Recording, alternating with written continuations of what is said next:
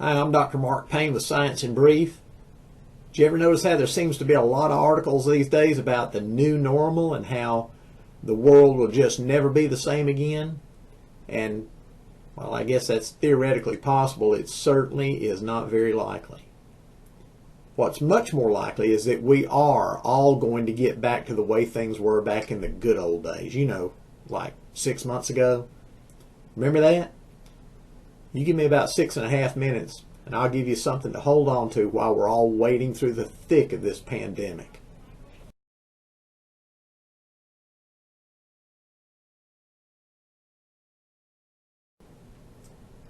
Seems like every time I check my news feed, there's something about the new normal.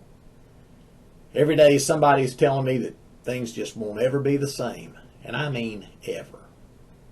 This virus is just going to be with us forever.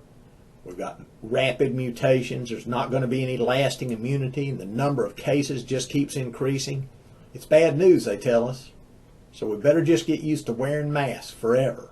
And eating at home. And social distancing. And school lockdowns. And there's this dying economy. And it's never, ever going to be any different. Because this time, Buster, the good times are really over for good. To all of which I say, not bloody likely. Did you ever hear of the Lindy effect?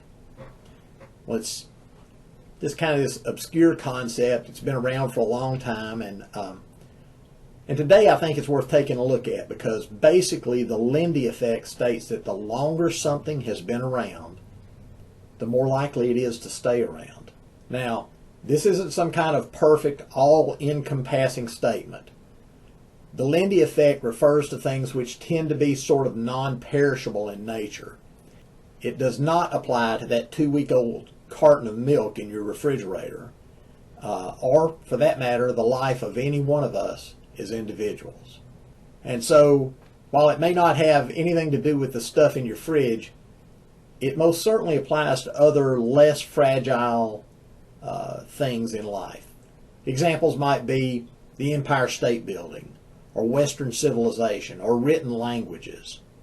And while it's not an absolute law of nature, you probably wouldn't want to bet against any of those last few things being here tomorrow or even next year.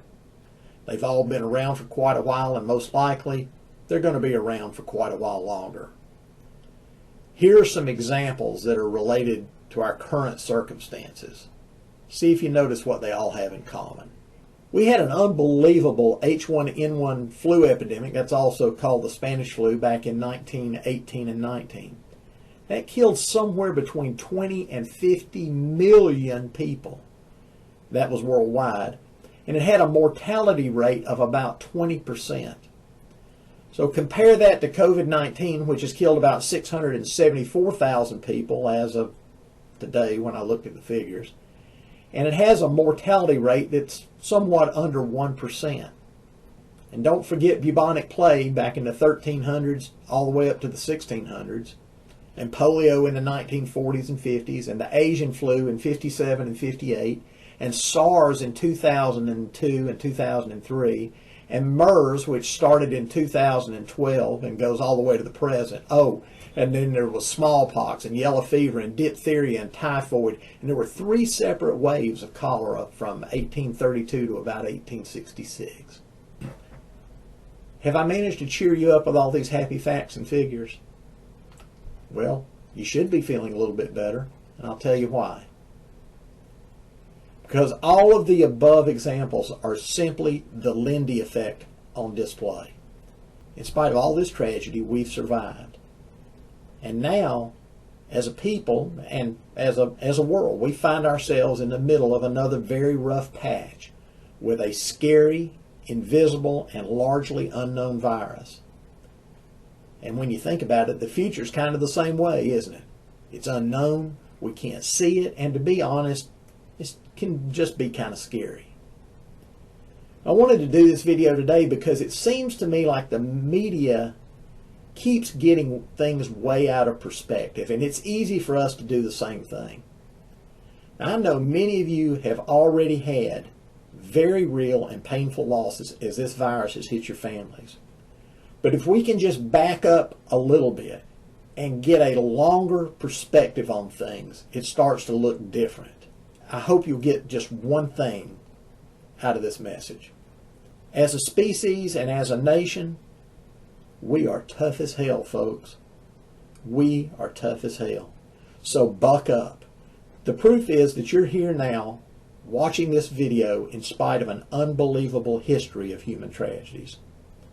And along the way, we've raised our kids, and in my case, grandkids. We've grown as a people. We've built a country that is the envy of most of the world. And every day, I'm thankful for a life that is good and mostly blessed. And I hope you will be too. Now, is everything perfect? Nope, not even by a long shot. But the truth is that 99% of the people hearing this are surviving and thriving.